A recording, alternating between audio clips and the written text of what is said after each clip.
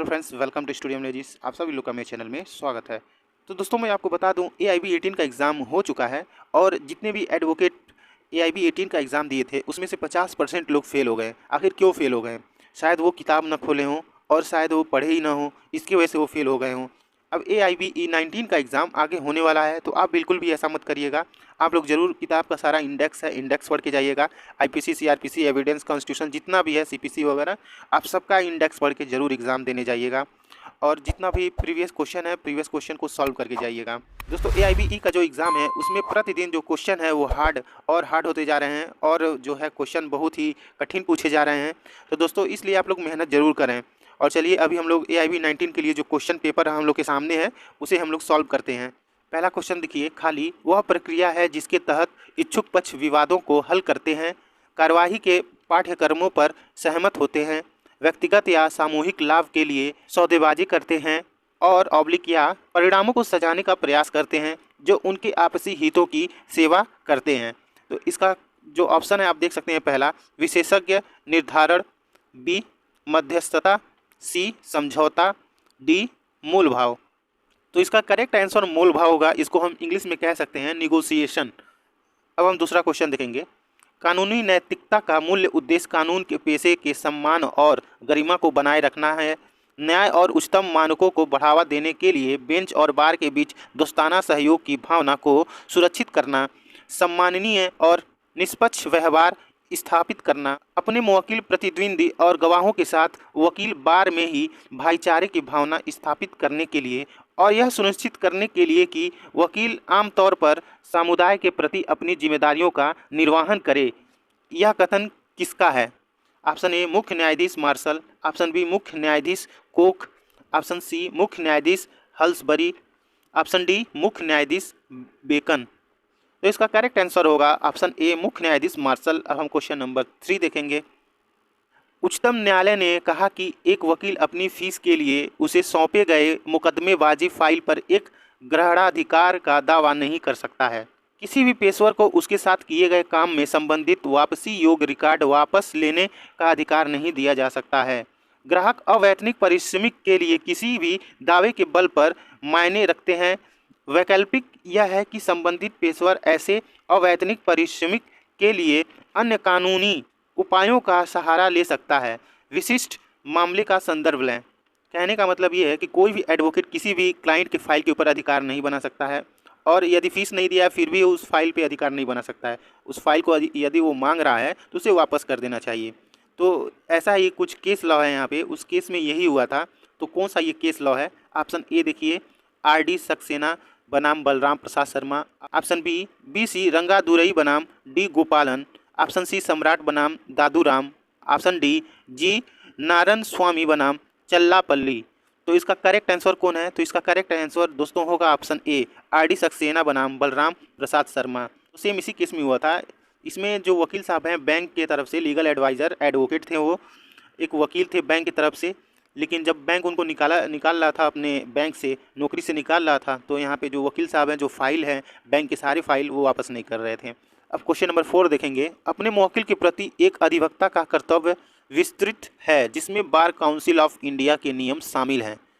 तो bar council of India के नियम शामिल हैं, तो कहाँ से लेकर कहाँ तक शामिल हैं? ऑप्शन ए 33 से लेकर 38 तक, ऑप्शन बी 11 से लेकर 33 तक, ऑप्शन सी 23 से लेकर 27 तक, ऑप्शन डी 33 से लेकर 36 तक। तो इसका करेक्ट आंसर ऑप्शन बी होगा 11 से लेकर 33 तक।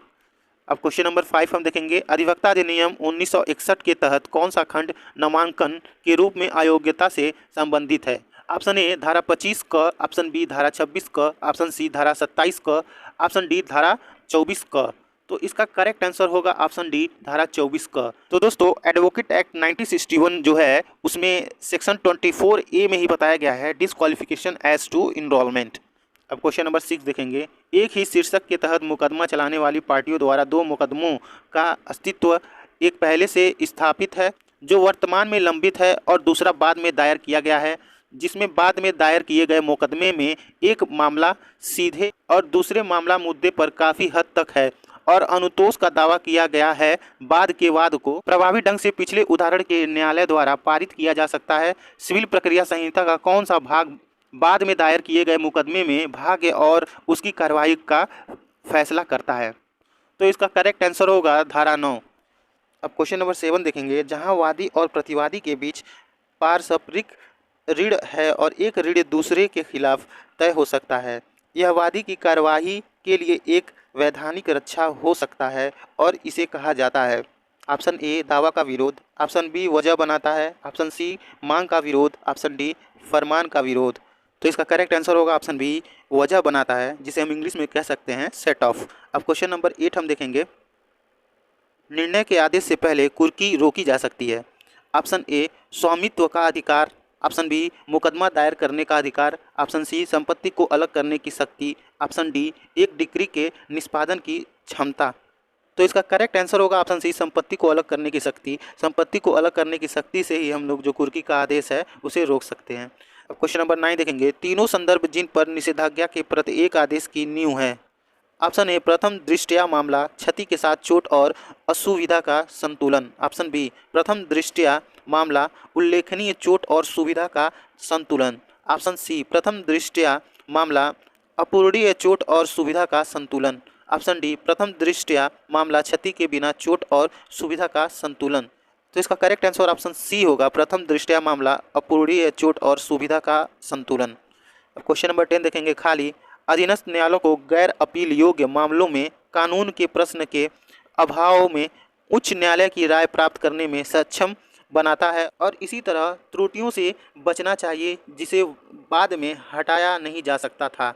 ऑप्शन ए समीक्षा, ऑप्शन बी संदर्भ, option C appeal, option D संशोधन। तो इसका करेक्ट आंसर होगा ऑप्शन बी, जिसे हम इंग्लिश में कह सकते हैं रेफरेंस। अब क्वेश्चन नंबर 11 देखेंगे, कौन तय करता है कि वह कौन सी विधा को अंजाम देगा। ऑप्शन ए वादी, option B court, option C निर्णयकर्ता, ऑप्शन डी डिक्री धारक। तो इसका करेक्ट आंसर होगा ऑप्शन डी डिक्री धारक यानी डिक्री होल्डर।